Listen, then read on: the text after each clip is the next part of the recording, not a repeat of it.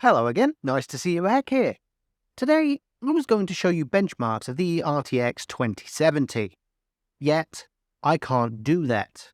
Because this specific RTX 2070 decided to go to the VRAM failure graveyard. So instead, I'm going to show you signs of VRAM failure, and we're going to see if I can fix it. I'm doubtful, because, well, the VRAM failure came on very unexpectedly, but who knows? Maybe we'll learn something together.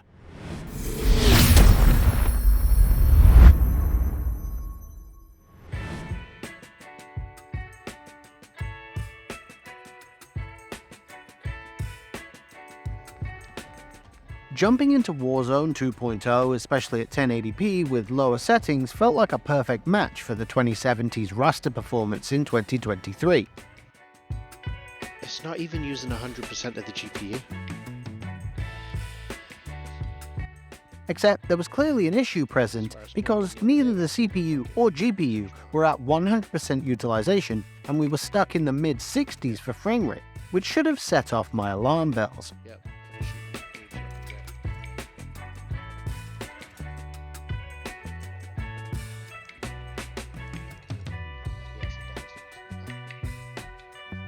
When VRAM failure presents, it tends to be different to GPU failure.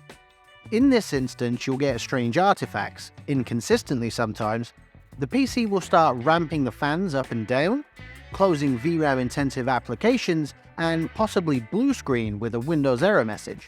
In my case, I began noticing artifacts when benchmarking Deathly Stillness. You can't see them since the image is recorded internally, but the fan noise became excessive, and within a few seconds, the whole machine did a spoiled rich kid in a supercar and crashed.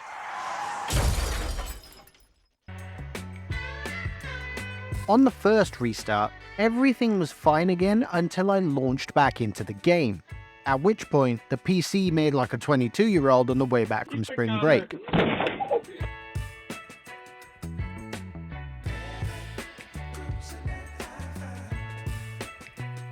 The second restart is what you see here.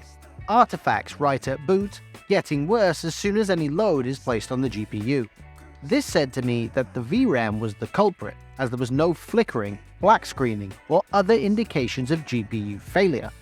To check this, I opened GPU-Z to inspect the bus and memory information. To absolutely no one's surprise, the bus width and bandwidth were unknown, while the memory type showed Samsung and memory size was displayed as 0 MB. If you encounter a similar issue with your own GPU, I'd recommend opening GPU-Z to inspect the information panel for clues.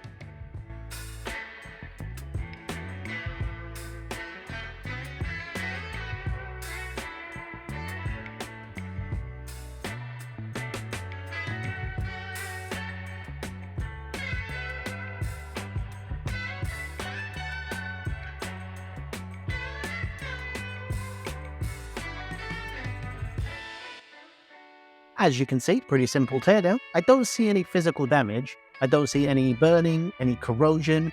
I don't see signs of any of that. I see a little leaking from the thermal pads, a little bit of greasing. I don't have any replacement thermal pads though.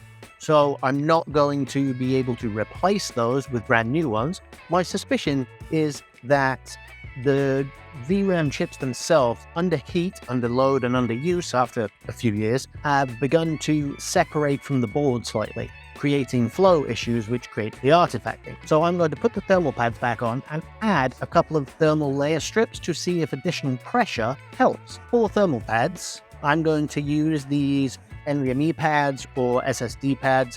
They're really thin in comparison to the VRAM pads. I'm going to cut them to size and bold them, double them up, and then we'll see what happens. I don't know. This is called trial and error. I'm an idiot. Let's see what happens. It's not stupid if it works, right? Isn't that the saying? I hope so.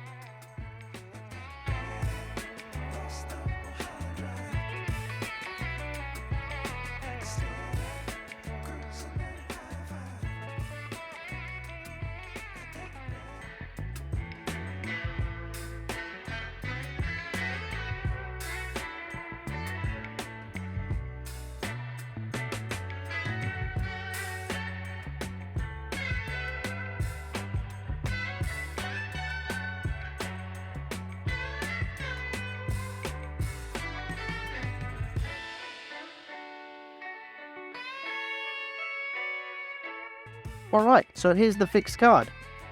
I say fixed, I have no idea if that's the case. I do know where my fire extinguisher is, just in case. But let's put this thing back in the PC, have a look, see what it does.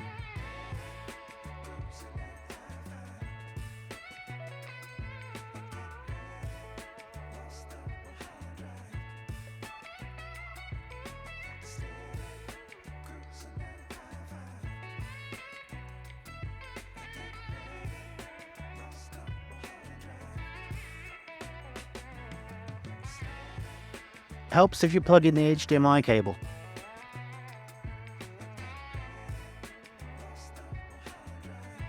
It's giving us a picture. It's just not giving us the picture.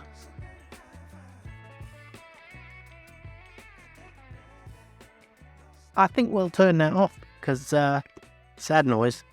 I guess there's no 2070 video anymore, is there? Hey, we gave it a good royal try with some, bullshit garage fixes.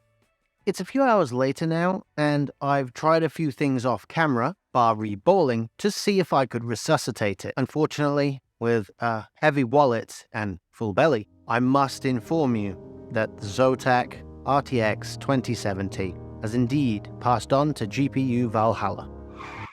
In fairness, it did die in battle, so I'll give it that. I'll be holding a memorial in the comments. I'm going to assume I don't have to tell you how to pay respect.